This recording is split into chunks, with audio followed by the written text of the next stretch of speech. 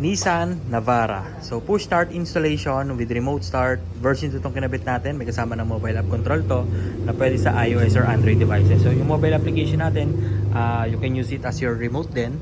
Parang key fob din. Pwede kayo mag-lock doon, pwede kayo mag-unlock, pwede kayo mag-car finder, pwede rin kayo mag-start.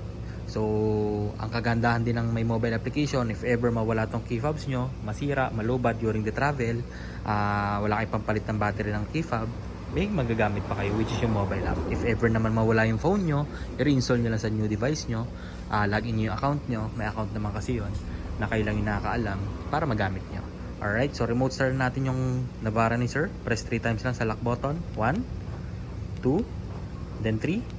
Then after 8 seconds, kasi ni-request ni boss, maglagay tayo ng ignition start delay, tsaka siya mag-i-start after 8 seconds. Kapag nawala na yung airbag sensors, nag-check engine ng kotse, doon sa cluster ng kotse.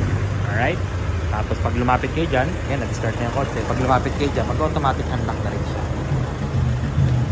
Okay, pasok tayo sa loob.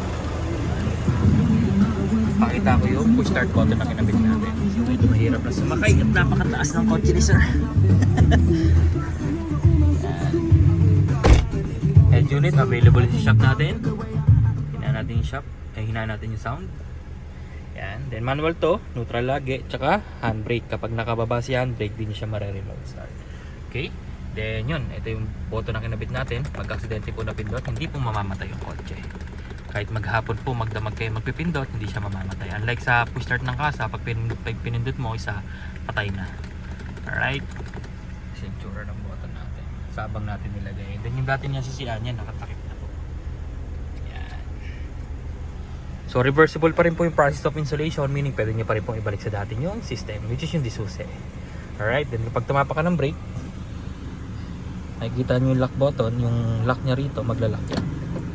Yan. Then even naka-under, pwede ka mag-unlock, pwede ka mag-lock sa key fob. So for example, may bibiling ka lang saglit sa mga 7-Eleven, mini stop, iba mo naka-under yung auto mo, ilock mo lang sa labas, bili ka na. Pagbalik mo, unlock, pasok sa loob, lock mo ulit, drive mo na. Kasi sa stock system, hindi mo pwedeng gawin yun. Kailangan nyo pampatayin yung makina nyo para mailock nyo siya from the outside. Alright? Then yung button naman dito, gumagana pa rin naman yan. Yan. Pero syempre, pag nasa ano ka, pag nasa labas ka, hindi mo na mapipindot yan. So ito, dala mo yung remote sa labas, magagawa mo pa rin yan. Okay? Then kapag nakarating ka na sa location mo, gusto mong patayin yung makina mo, apakan mo lang yung brake, yan. Then isang pindot, push start, patayin na yung makina. Then without stepping sa brake, unang pindot, accessories, gagana nyo yung mga stereo, mga chargers, pangalawang pindot, bubukas yung cluster, pwede nyo nang itaas or ibaba yung bintana nyo nang hindi na kayo start yung kotse. Right? So ano lang naman siya, typical push start button kung paano gumana. Pangatlo, patay. Then yan yung itsura ng button natin kapag nakapatay siya, kulay black. Ganda. Pag gustong start, apak sa brake, isang pindot. Then after 8 seconds, yan, tingnan nyo pag nawala na yung airbag sensors, tsaka siya mag-i-start. Yan. Alright, so optional yan and free, no? So no charge yun, ignition start delay yung tawag doon. Alright, so 2 years warranty with free mobile application, guaranteed clean wirings, quality insulation, and then free back to zero fumigation pa after the installation. So again guys, paulit-ulit ako, medyo paubos na yung stocks ko. Unahan na lang tayo this year habang naka-promo tayo. So almost 7.5 yung discount nyo this per month. So grab nyo na guys, and next year back to regular price na tayo.